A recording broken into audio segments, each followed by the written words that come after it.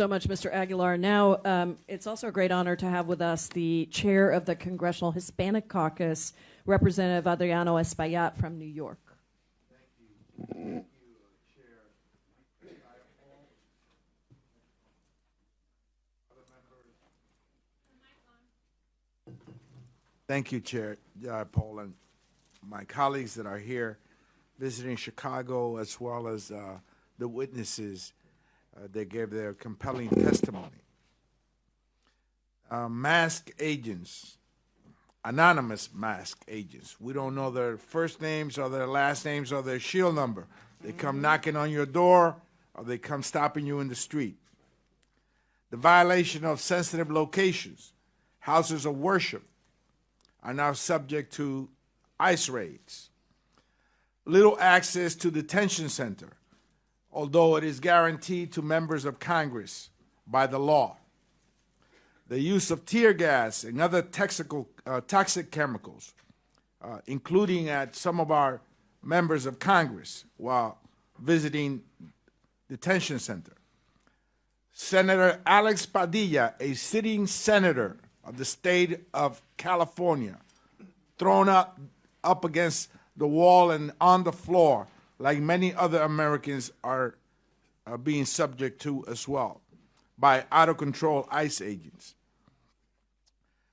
The detention of green card holders, of TPS recipients, and even U.S. citizens.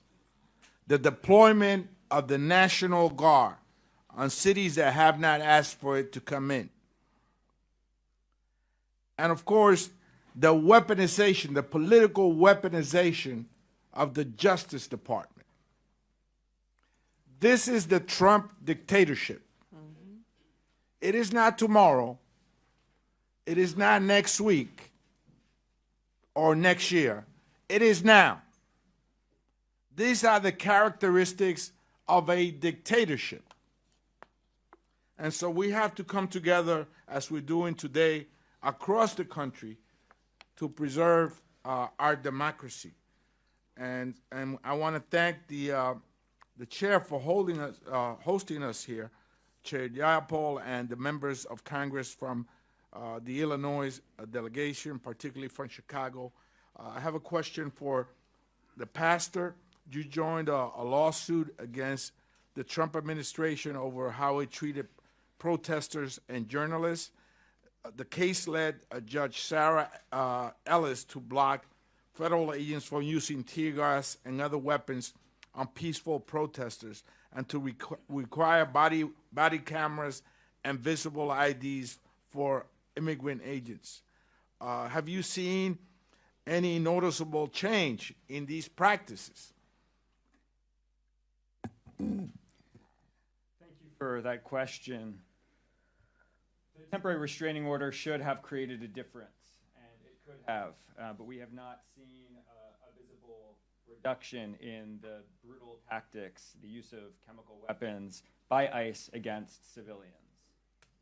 I think the point that you make, Representative, cannot be emphasized enough. We do not know who these people are. Anyone with access to an Army surplus store could impersonate a federal agent and plausibly receive the protection of the federal government at this time. We need accountability. I've said in multiple interviews that as a Christian minister and a beneficiary of the grace of God, I forgive these ICE agents. But as an American citizen, I need to see them held to account. I need to see justice.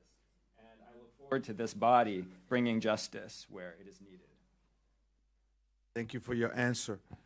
Madam Chair, as you know, I came to the United States as a young boy from the Dominican Republic at the age of 9 with a visitor's visa and luggage full of dreams. And I overstayed my visa, had no papers, and now I'm a member of the U.S. Congress. That is the promise of America. We must all fight to keep that promise alive. And the city of Chicago has played a prominent role in making sure that the hope and dreams of people from all over the world are kept alive. So I thank you, Madam Chair, and all my colleagues for coming to Chicago. We have to take this to other places across the country. Yes, this week, Canal Street was raided for the first time in New York City. And I believe that they're coming to all of our cities, and we must be prepared to save our nation. I yield back. Thank you so much,